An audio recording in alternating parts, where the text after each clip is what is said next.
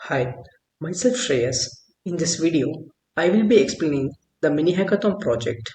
The problem statement for this project was to build two-player trivia game using JavaScript that fetches the quiz questions from Trivia API. I named this project as IQ Arena. The tech stack I used for building this project is Next.js with TypeScript. As state management library, I used Recoil. For making HTTP requests to API, I used Axios. And as CSS framework, I used Tailwind. And for hosting the project, I used the Vercel. To design the architecture, I used Eraser website. And architecture goes like this. From one client, we're going to get the request. So from there, player 1 can enter its details and player 2 can enter its details. Once they enter their details, they can check the instruction page to see how the game really works, or they can choose the category and start the game. Once the game starts, the questions are going to be asked to the players. The question 1 is going to be asked to player 1 and going to be answered by player 1. Question 2 is going to be answered by player 2, and it goes like this till the sixth question, which is going to be answered by player 2. Once they answered all the 6 questions, then players can make the choice.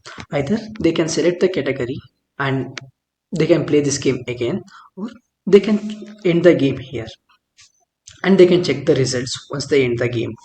The results are calculated in such a way that every category is going to have one winner, and the final winner is going to be that person who won most of the categories than the other player.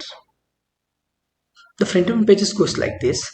In slash, we're going to have the home page, and slash user info, we're going to have players details with categories. In slash question page, we're going to ask the questions and we're going to show the options.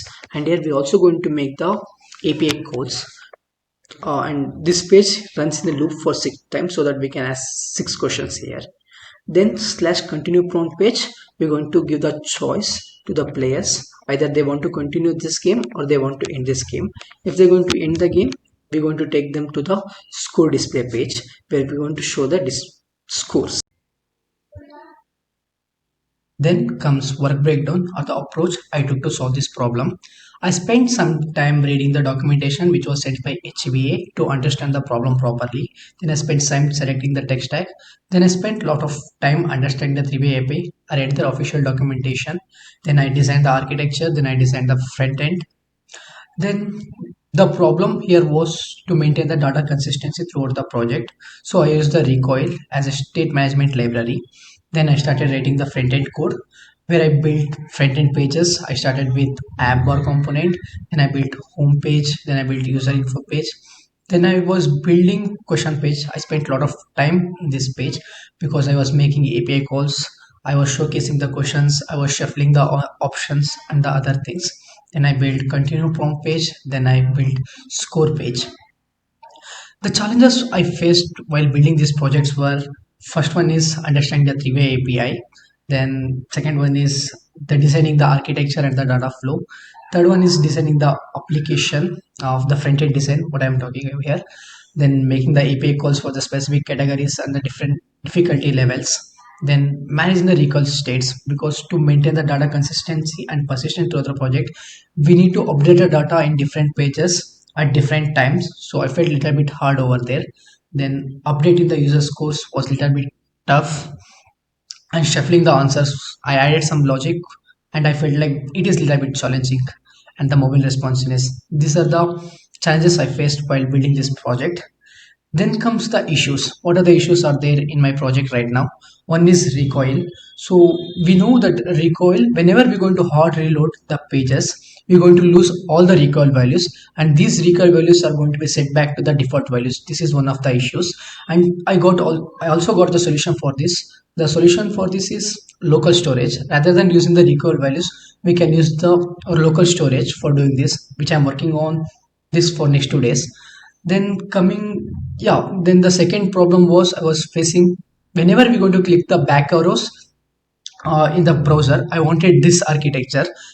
For example, whenever I'm going to click back or on the question page, I need to get back to the player's details by updating the users, all the user details, and we need to let that users select the category again, and whenever game ends and if the user clicks on back arrow, I need to get back to the user info rather than getting back to the question page, which I was not able to build like this.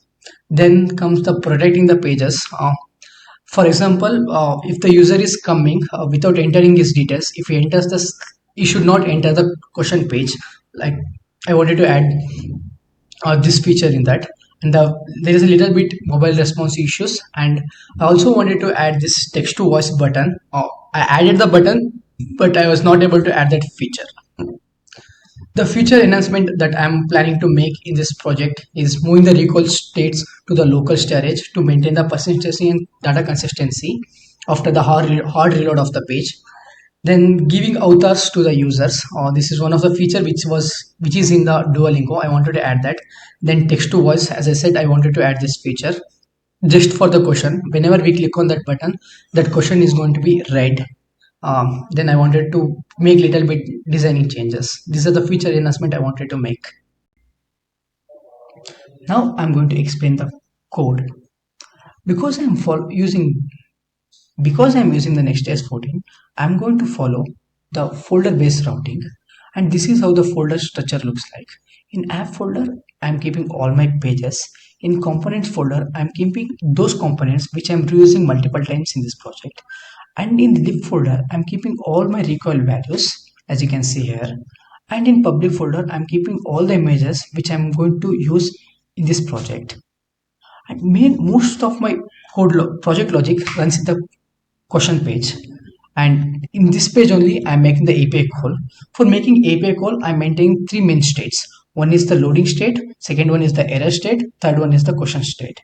Whenever we start making the API call, I'm going to keep the things to loading state, and once I get the response, if I get a valid response, I'm showing the questions. If I'm not getting the response properly, I'm going to keep this page in a set error state. As you can see here, whenever is loading, I'm going to show the little bit loading effects. If loading is completed and there is an error from the API, then I'm showing this page. Something went wrong, go to home page and refresh the page. If the loading is completed, if I get the question, if I get a valid question from the API, I'm going to show the question. This is the live demo of this project. I choose the kitten as logo of this project and IQRN as a name.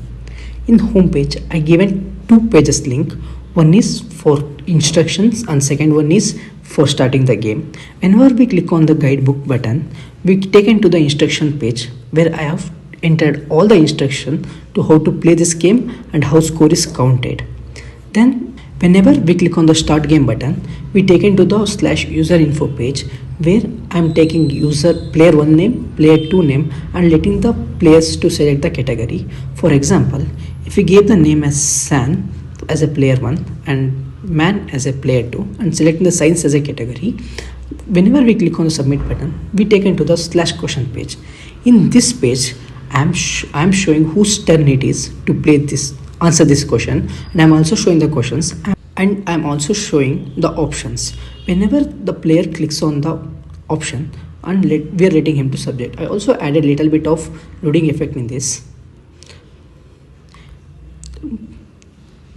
Once we complete all these 6 questions, we taken to this page where we're going to ask the question, players, would you like to continue this game or would you like to end this game? If they want to continue the game, they can select any of the other categories which have not participated right now, and they can click on the continue, play the game again. And if they don't want to continue this game, they can click on the end button and they can do this score sheet page where we showing all the scores of the every player from every category. So in this we only played the science category, so San scored 10 and man scored 0 marks. So winner of this category is San, and we don't played any other games, so the last winner is going to be the player 1 who is San. Thank you.